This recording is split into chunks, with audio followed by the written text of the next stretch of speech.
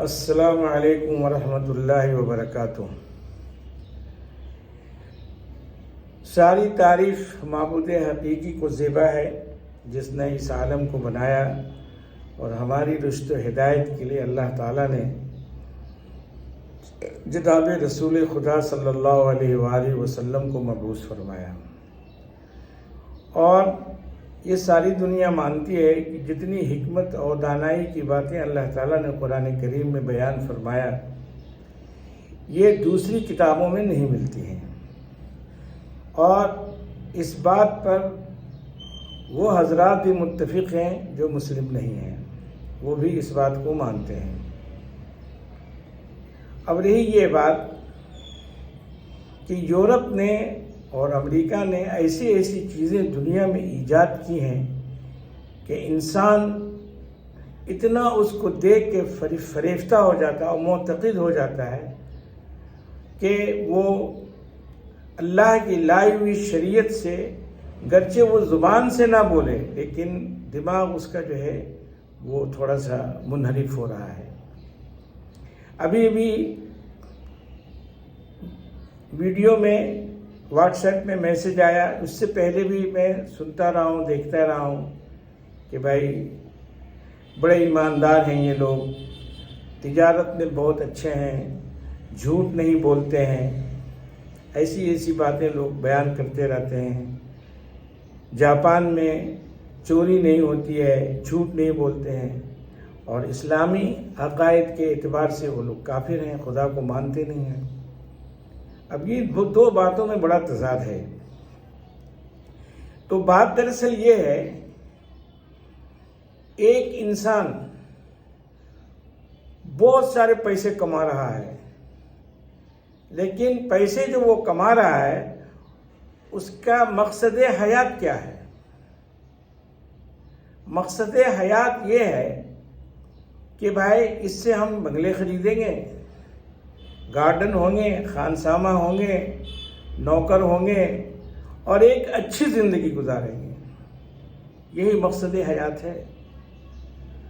باقی دنیا میں کیا ہو رہا ہے، دنیا کے کیا کیا مشکلات ہیں، اس مشکلات کو حل کرنے کا طریقہ جو ہے ان حضرات کے پاس نہیں ہے۔ اربع عناصر کو ترکیب دے کر نئی چیزیں بنانا، نئی چیزیں ایجاد کرنا، اور اس کو مارکیٹ میں فروخت کرنا، اور فروخت کر کے اس سے جو نفع ہوتا ہے وہ اپنی عیش و تعیش کی زندگی میں وہ لگاتے ہیں۔ یہی مقصد حیات ہے۔ اسلام کا فلسفہ بالکل اس سے الگ ہے۔ اسلام کا فلسفہ یہ ہے کہ سب سے پہلے تو اس نے کہا کہ بھلے ہی تم نے بڑی محنت سے روپیے کمائے اور بڑی محنت مشقت سے کمائے، پھر بھی کہا کہ تم اس کے مالک نہیں ہو۔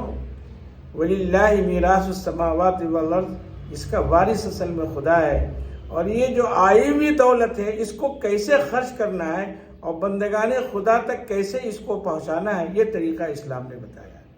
تو اگر یہ کہا جائے کہ ہم وہ طریقہ بھول گئے، اس طریقے کو نہیں اپنا رہے ہیں، تو یہ بالکل غلط نہ ہوگا۔ تو یہ بات ہے۔ اور دوسری بات یہ ہے کہ دنیا میں جو چیزیں ان حضرات نے ایجاد کی ہیں تو ظاہری فائدے اس کے بہت دکھتے ہیں، لیکن ان کے نقصانات انہی کی زبان سے سنیے۔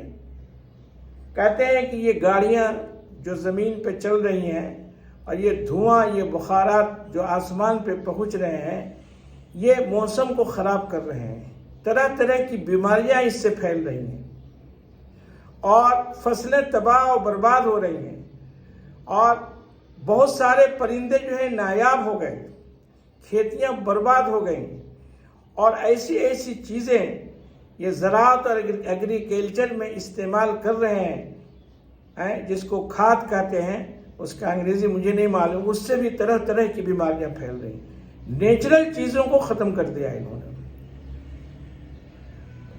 ناچیز کچھ دن شارجہ میں رہا ہے، تو ایک سردار جی اکثر کہا کرتے تھے کہ پرانے سائنٹسٹ نے نیچرل چیزوں کو نہیں چھیڑا تھا، اور یہ جو آئے تو دنیا کمانے کے لیے ہر اس چیز کو چھیڑا جس سے ان کا بطن مبارک جو ہے بھر جائے۔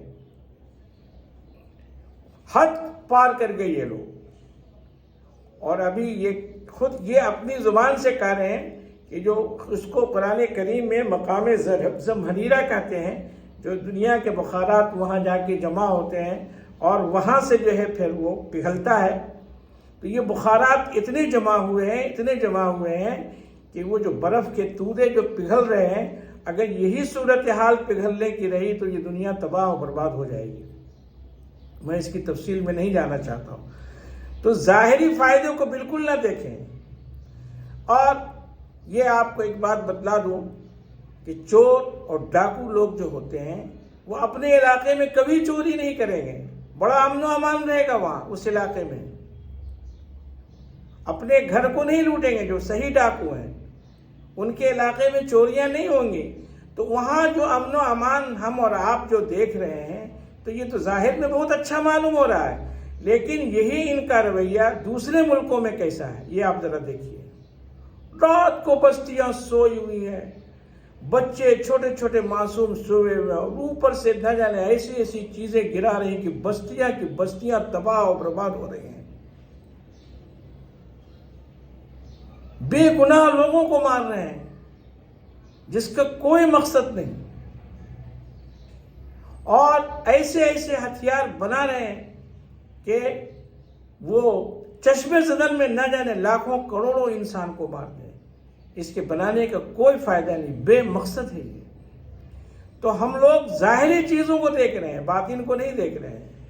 اسی لیے قرآن کریم میں آیا ہے کہ یہ لوگ کتنے بھی اچھے کیوں نہ ہوں اور کتنے بھی اچھے کام کیوں نہیں کہ یہاں تک کہ تم کو تعجب میں کیوں نہ ڈال دیں، پھر بھی ایک مسلمان ان سے بہتر ہے. میرے بھائی، آپ شروع سے لے کے آخر تک جناب رسول خدا صلی اللہ علیہ وآلہ وسلم سے لے کے آج تک جتنے بھی مسلمان سائنٹسٹ پیدا ہوئے، ان سے بڑے بڑے سائنٹسٹ پیدا ہوئے، لیکن دنیا کی تباہ کرنے کا کوئی سامان انہوں نے ایسا نہیں بنایا کہ چشمے زدن میں دنیا تباہ و برباد ہو جائے. اور حدیث میں آیا ہے کہ ایک مسلمان کیسا بھی کیوں نہ ہو، ایک کلمہ گو بھی اگر اس دنیا میں حیات ہے اور زندہ ہے تو قیامت نہیں آئے گی. اسی طرح سے کہا گیا کہ تم ان کے ساتھ نکاح مت کرو، ان کے ساتھ ضم مت ہو، چونکہ یہ کفر کی تشہیر کرتے ہیں، خدا کے باغی ہیں، سرکش ہے، خدا کو نہیں مانتے ہیں. تو جو خدا کا باغی اور سرکش ہوگا، ابھی دبئی میں ایک عالم دین نے، بہت پہلے کی بات ہے، یہ کہا تھا کہ یہ جو مسیحی خواتین کو تم نے خادمہ کے طور پہ جو اپنے گھروں میں رکھا ہے اور بچوں کو ان کے گود میں چھوڑ دیتے ہو، تو لازم ہے کہ یہ بچے بڑے ہوں گے تو ان پہ مسیحیت کا اثر ہوگا، اور لازم ہوگا مسیحیت کا اثر. لہذا ایسے لوگوں کو اپنے گھروں میں خادمہ نہ رکھو. تو ہمارا جو معاشرہ بگڑ رہا ہے تو ہم لوگ صرف ظاہری چیزوں کو دیکھ رہے ہیں. اندرون حالات کیا ہیں؟ اب حالات تو یہ ہو گئے ہیں یورپ کے اور امریکہ کے کہ بالکل مصدقہ بات ہے کہ اب لوگ اولاد جو ہیں، اولاد یہ باپ کا نام نہیں لکھ رہے ہیں، اپنی ماؤں کا نام لکھ رہے ہیں پاسپورٹ پہ ہر جگہ، کہ کہیں یہ اس لیے لکھ رہے ہیں کہ باپ کا پتہ ہی نہیں ہے. یہ کیا ہے؟ یہ تباہی نہیں ہے تو کیا ہے؟ یہ اولڈ ہوم ہے. یہ اپنے عیش و تعیش کے لیے ماں باپ کو اولڈ ہوم میں بھیج دینا اور کوئی ان کی فکر نہیں کرنا، ان کا خیال نہیں رکھنا، یہ کیا ہے؟ یہ تباہی اور بربادی ہے میرے بھائی. اس لیے ہم ان کے نقش قدم پہ بالکل نہ چلیں.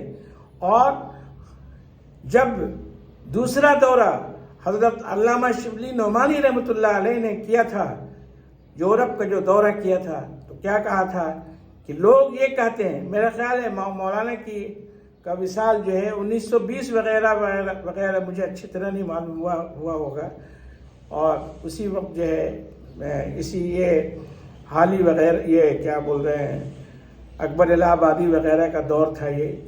تو علامہ شبلی نعمانی رحمۃ اللہ علیہ نے، جنہوں نے نظمۃ العلماء لکھنؤ میں تیار کیا ہے، تو انہوں نے یہ کہا تھا کہ لوگ یہ کہتے ہیں کہ یورپ بہت آگے چلا گیا، بہت آگے چلا گیا، لیکن ہم یہ کہہ رہے ہیں، شبلی نعمانی یہ کہتا ہے کہ بہت پیچھے آؤ، اتنا پیچھے آؤ، اتنا پیچھے آؤ کہ حضرت آقا نامدار محمد الرسول اللہ صلی اللہ علیہ وآلہ وسلم کی شریعت اور صحابہ اکرام کا دامن تمہارے ہاتھوں میں ہو۔